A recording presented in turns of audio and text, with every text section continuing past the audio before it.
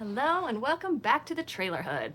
So, it's back to school time. Everyone's getting haircuts. Everyone's getting ready to look their best. Well, in the Trailer Hood, we did that too. We would always want to lay out our clothes at night, picture every little thing, find what jewelry we were going to wear, what shoes we wanted to wear, everything ready to go. At least me anyways. I don't know about everyone else. But I know that I always was super excited, couldn't sleep. That wore off quickly, and usually within like a week or so I was like sleeping in until the last second. But the haircut part was always super important. So usually we hadn't had our haircut all summer. This was the case with my youngest brother. He was probably in kindergarten, going into kindergarten, and he hadn't had a haircut all summer. So his hair was kind of long. He had a tan, and you could definitely see, like, if you pulled his hair back, his like hairline, you know, the tan that he had where his hair wasn't. So I was 17 and I had just signed up to go to beauty school. And so I went down, I signed the paperwork, I was ready to start. They told me my start date was in a month. And I was like, okay, I'm ready to do hair today. Like right now, I'm doing my hair. I'm signed up. Anyone want to sit in a chair and I'll cut it? I'll cut your hair. I'll do whatever. Because being signed up means I know everything about it. Nope. That's not true. Turns out there's training involved. And just because you've signed up and you might also have some scissors in your house, they're not the same thing as hair cutting scissors, and it also means that you're not qualified. You're not qualified yet. Why would I let that stop me? It's not going to stop me. I'm a person that I've trained myself to not be this way, but generally I will just dig into a project and then I'll go back and read the instructions or look at the recipe and be like, oh, I was supposed to do these other things first. Oops. That's just how my brain works. So haircuts, naturally, you start and then you think about no, that's not the case. So my poor brother, he comes into my eyesight after I've signed my papers and I'm back home and he walks by. That was his mistake. I saw him. He needed a haircut. School was starting up. I think school had just started actually. He had already been to school for a few days. And then I was like, yo, you didn't get your hair cut. Let me help you. So, naturally, my mom wasn't home. And I thought, she's going to be so happy. I'm doing an errand for her, essentially, for free. Bonus. So, we don't have a fancy chair. We have a regular kitchen chair. Bring it out on the porch. Put it out on the porch. Don't have one of those fancy capes. I do have a trash bag. Put a hole in it, put it over his head, made him sit there.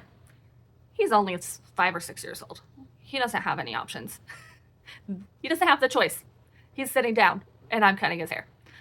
I found some clippers that I guess we'd had in our bathroom somewhere, and I put a guard on it, you know. I'm like, oh, the guard's like that long. The guard, we'll just give him a buzz. Easy peasy. So I thought, okay, the guard is like this long. That seems pretty good. Like, I feel like that's good. So put it on, click, zzz, ready to go. It works. We're ready. You could tell I don't know what I'm doing because usually when you start a men's haircut, you start in the back. No. Not me. Straight down the middle. No going back after that. So I go, zzz, immediately realize that guard is not that long. It's actually like this. The hair is the whitest scalp I've ever seen. It's just shining through. His little brown tan skin's down here, and then right up here where his hair had been, white scalp. So nothing else I can do. I have to finish. So I just keep going. Also, if you're not experienced, you don't realize you have to go over and over those spots because there'll be some like long hairs in there. I did my best, but I was not classically trained yet. So my best was not that great. It wasn't that good. So I just kept going. So much hair. Probably felt great though. I mean, So after we're done, his head looks way bigger than it did before because it was so white and so bald that it looked really big and like megamind. Yeah, but we're just like, oh, me and my sister, like, oh, mom's gonna freak out. And so my little brother runs to the bathroom and he's like, and I'm telling him, like, this looks so cool, dude. This looks amazing. You look like Michael Jordan. I'm like naming anybody that's bald that I think he would be like, oh, you're right. And he's just like, You didn't really have anything to say because there's nothing you can do. I can't glue it back on. So he's just kind of like, dang it. And then when my mom pulled up, we rush outside and we're like, hey, like we'd cleaned up everything. We're like, hey, so good news. I signed up for beauty school and also gave my brother a haircut. And she's like, come here, let me look. Oh my.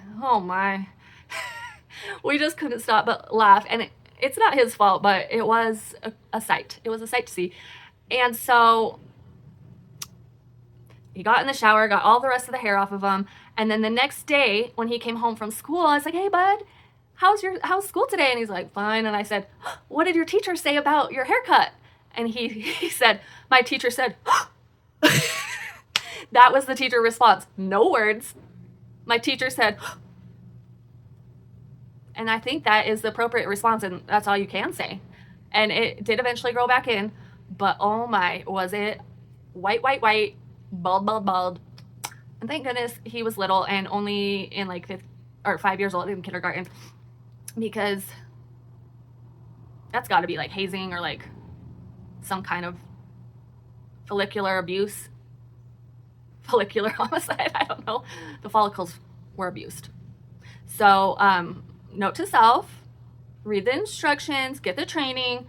Just because you signed up for something does not mean that you know what you're doing. I know that now. It was a good lesson for me to learn. So I'll be back with more stories from the trailer hood. We'll see you later.